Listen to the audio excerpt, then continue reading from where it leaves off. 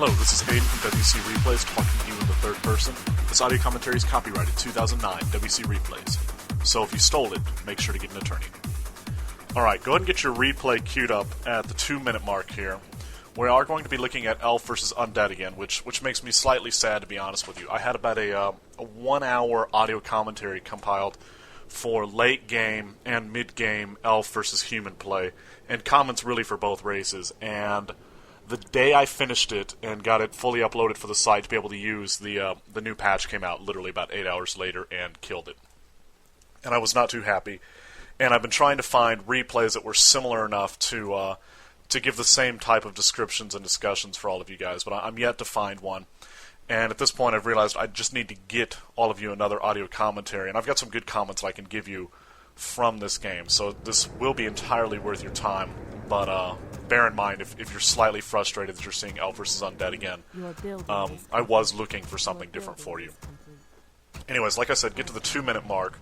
Now these two players we're going to be watching here, we've got Q Factor and we've got Destroy You. You're going to notice pretty quickly that these guys aren't like Moon. This isn't Remind playing the Elf. You know, we're not going to see Ted Fiends here.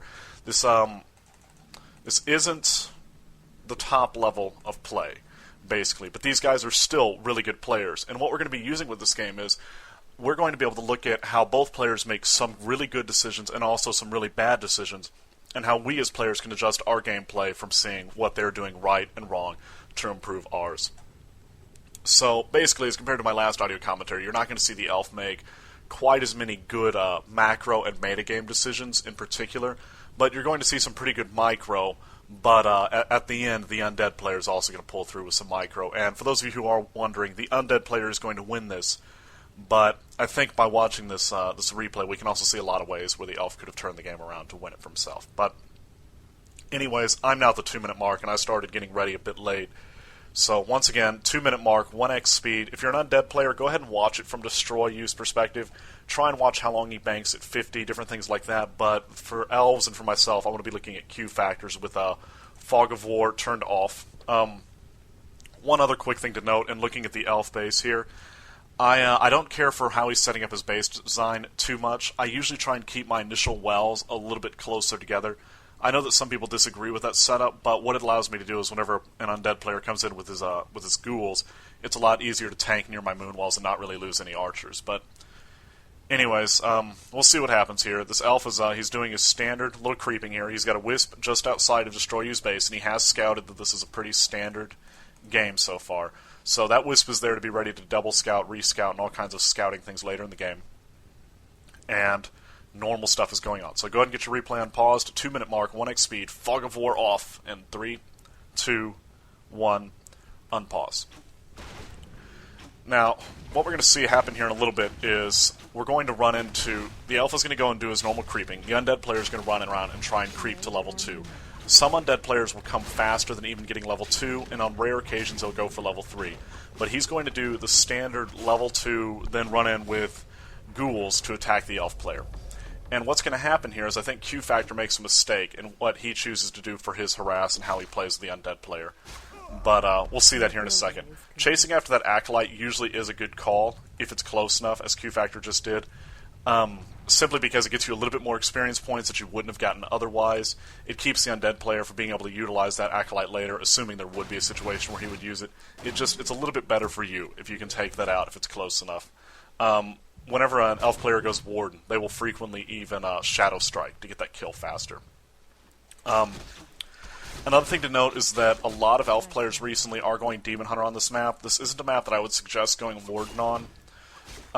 Demon Hunter just seems to have a little bit more utility, and if you get to the late game, if you get level 6 on that Demon Hunter, which is very possible, there's so much creeping available, if you get level 6 on your Demon Hunter, being able to fire over the Undead player's front lines to his Fiends with chaos damage is really valuable for you. It keeps you from having to get your Demon Hunter out of position to make kills, and that's really the trick with this game, is that Undead players are going to try hero and try and force you to lose your hero by making mistakes. Now, what we see here is Q Factor finishes his creep. Now, he's running down, he's going to pick up boots, and then he's going to run into Destroy You's base to harass him. And personally, I feel like this is a bad decision. I can't quite tell if that Wisp that's going in double scout Destroy You's base saw the ghouls, but it's possible that he even saw the ghouls leaving the base. And The thing is, Q Factor knows that most Undead players are going to try and show up right when he's building his Hunter's Hall to harass him. Whenever an Undead player does a solo Death Knight harass or Death Knight with a Skeleton Rod, I do really like the effect of sending in a Demon Hunter to harass his base, especially if it doesn't have a Cold Tower up. But as you can see, there's one going up right now in the Undead base. But whenever the Undead player doesn't seem to be setting up to do the solo DK harass, it's pretty dangerous to leave your base this open. Jump up to Q Factor's base. He's not going to kill that Acolyte because the tower finishes in time. If you look here, he starts building his Hunter's Hall literally the instant that Destroy You walks into his base. This is perfect timing on the part of Destroy You. And if he'd been a little bit quicker, he probably could have gotten a surround on that Demon Hunter and made this game be a lot more problematic for the Elf player going into later play. But the surround doesn't happen. And if you look here, a lot of this Undead army right now is simply these Skeleton Rods. He's going to lose a few ghouls here, and the Elf is going to lose one archer. But the really, really big thing to get from this is that if you've got slightly lower micro than these two players have that are playing right now, you would be screwed, right? If the Undead player could come in here and usually kills a little bit more of your base whenever he harasses you, and you weren't already there to defend it, you're going to lose your Hunter's Hall, you're going to lose more units, it's going to be a very bad situation for you. So what pulls through for Q Factor right here is his micro. I mean, he's lost one archer and the Undead player is leaving. Now, another thing for you Undead players to think about is if you look at this situation, it would be possible, maybe, for him to stay now that the wells are getting drained, and, Destroy You might be able to kill off one or two more archers. What he's going to do, however, is he's going to run home. He's going to get away from the Elf player before he loses too much while he's losing units. And he's going to... He sees the panda get picked up, but he's going to run home, and he's going to pick up a Naga, and then he's going to counter-push to try and cancel Tier 2 buildings. And this is where Destroy You's timing is really, really glorious. His creep pattern on here, hitting the 3 small greens that he could get, and then going to the Elf base, was almost perfectly timed to harass at Hunter's Hall. And a different Elf player might have lost the Hunter's Hall and been in a lot of trouble going into late game. So Q Factor did a good job on his micro to keep from losing stuff there. But I still feel like he probably could have even avoided losing one archer had he not decided to run all the way to the Undead player's base. Had he did a little bit of searching for the Undead player, he probably could have gotten a burn or two on him earlier and jacked him. Now this is another move that I don't like. Because he's got map control, what Q Factor is thinking he can do is run over here, creep some, and then come back home. But the problem is, while he's trying to creep and use map control, he's also throwing down 3 new buildings in his base, 2 of them being his Ancients of Lore. So what he's doing is, in effect, he's losing his map control because now he has to come home and protect his buildings. He gets a little bit of creeping done. He gets a Claws of Attack +9, which is a nice item, but at the same time, he loses these 2 Ancients of Lore that are pretty far along and an Ancient Protector. Another thing that I'm not sure about is I don't really agree with the call to build up that Ancient Protector. It means to me that he either felt like he didn't have enough archers to defend at Tier 2 or maybe even the early Tier 3 push that Undead players will do, or he thought that the game could go to Gargs, which means he didn't re-scout. So either way, I don't know if that was really the most effective move for him.